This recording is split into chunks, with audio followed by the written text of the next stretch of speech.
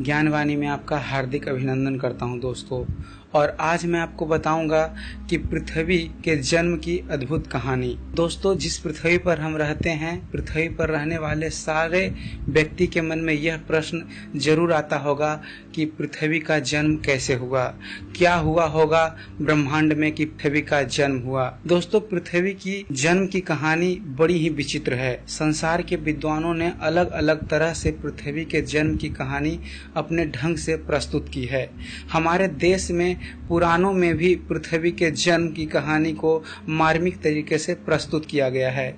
यह बात अलग है कि संसार के विद्वान अभी तक किसी एक निष्कर्ष तक नहीं पहुंच सके हैं।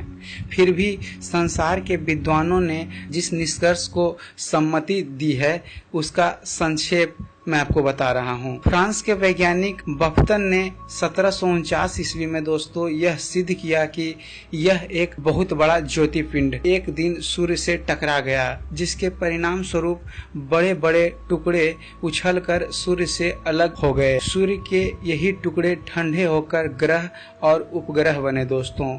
इन्हीं टुकड़ों में एक टुकड़ा पृथ्वी का भी था। इसके बाद सन 1755 ईस्वी में जर्मनी के प्रसिद्ध विद्वान कांट और सन 1796 ईस्वी में प्रसिद्ध गणितज्ञ लाप्लास ने भी यही सिद्ध किया दोस्तों कि पृथ्वी का जन्म सूर्य में होने वाले भीषण विस्फोट के कारण ही हुआ था। सन 1951 ईस्वी में विश्व प्रसिद्ध विद्वान जेरार्ड पिकुपर ने यह नया सिद्धांत विश्व के सामने प्रस्तुत किया कि उनके सिद्धांत के अनुसार संपूर्ण पिंड शून्य में फैला हुआ है। सभी तारों में धूल और गैस भरी हुई है। पारस्परिक गुरुत्वाकर्षण की शक्ति के कारण घनत्व प्राप्त करके यह सारे पिंड अंतरिक्ष में चक्कर लगा रहे हैं। चक्कर काटने के कारण उनमें इतनी ऊष्मा एकत्रित हो गई है कि वे चमकते हुए तारों के रूप में दिखाई देते हैं। उनका यह मानना है कि सूर्य भी इसी स्थिति में था और वह भी अंतरिक्ष में बड़ी तेजी से चक्कर लगा रहा था। उसके चारों ओर बाष्पीय धूल का एक घेरा पड़ा हुआ था।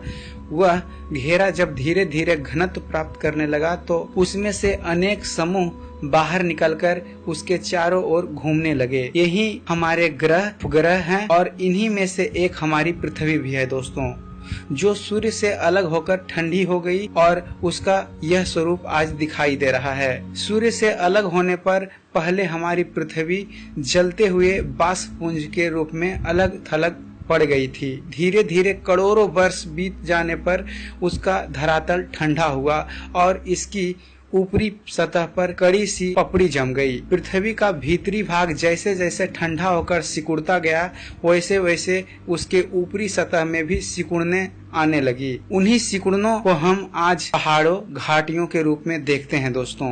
पृथ्वी धीरे धीरे ठंडी हो रही, उससे भाप के बादल उसके वायुमंडल को आच्छादित कर रहे थे। उन बादलों के कारण सूर्य की किरणें पृथ्वी पर नहीं पहुंच पा रही थी। प्राकृतिक का ऐसा खेल था दोस्तों कि जलती हुई पृथ्वी के ऊपर जब बादल बरसते थे तो उन बादलों का पानी पृथ्वी पर फैलने के बजाय पुनः भाप बनकर वायुमंडल में पहुंच जाता था, क्योंकि उस समय पृथ्वी का धरातल जल रहा था, अंधकारपूर्ण था। इसलिए पृथ्वी पर ज्वालामुखियों और भूकंपों का निरंतर प्रभाव जारी था। करोड़ों वर्ष के इस प्राकृतिक प्रभाव से यह प्रक्रिया चलती रही दोस्तों, और घनघोर वर्षा से पृथ्वी इतनी ठंडी हो गई कि इसके धरातल पर वर्षा का जल ठहरने लगा। वर्षा के जल ने एकत्र होकर समुद्र का रूप ले लिया। आज वही समुद्र पृथ्वी के 3/4 भाग में फैले हुए हैं। अनवरतः मूसलाधार वर्षा के बाद जब पृथ्वी के चारों ओर छाए बादल छटे तब पृथ्वी पर सूर्य की किरणें पहुंची। सूर्य की किरणों के पहुंचने के बाद ही जीवों के उत्पन्न होने की प्रक्रिया शुरू हुई दोस्तों। ऐसी अवस्था में पृथ्वी का स्थल भाग एकदम नंगा और गर्म ज्वालामुखियों से भरा हुआ रहा होगा। इसलिए जीवों की उत्पत्ति सबसे पहले समुद्रों में हुई होगी। पृथ्वी पर जीवन कब अचानक शुरू हो गया यह तो कहना मुश्किल है दोस्तों, किंतु विद्वानों का कहना है जीवन के अंकुर विभिन्न अवयवों के बीच रासायनिक प्रक्रियाओं के चलते रहकर प्रोटोप्लाज्म के बनने से शुरू हुए होंगे।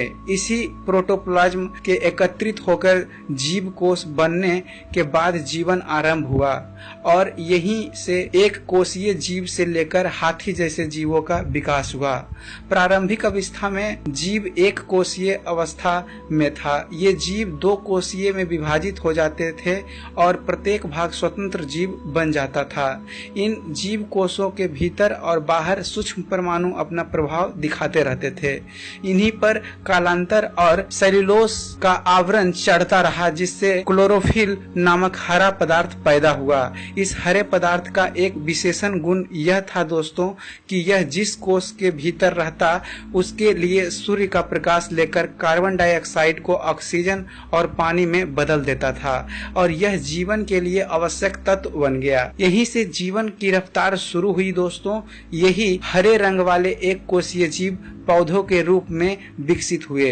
जिन जीव कोषों ने जो अपने पर्णहरित का गुण पैदा किया वे आगे चलकर पृथ्वी पर वनस्पति के विकास का कारण बने और संसार में असंख्य प्रकार की वनस्पतियां का जन्म हुआ। जिन जीव कोषों ने अपने शरीर के चारों ओर सेल्यूलोस और आवरण धारण कर लिया था दोस्तों, मगर उनके भीतर पर्णहरित का गुण उत्पन्न ना हो सका और वे चलने फिरने का गुण तो अपना सके किंतु अपने लिए भोजन न जुटा सके, इसलिए उन्होंने अपने आसपास के हरे रंग के जीव कोषों को खाना शुरू कर दिया। ऐसे जीव हरे वाले जीव कोषों की तरह गैसों और पानी को अपने लिए पानी और ऑक्सीजन में ना बदल सके, इसलिए वे अन्य जीव कोषों को खाकर विकसित होने लगे। इन्हीं से सारे संसार के जीव जंतुओं का विकास हुआ।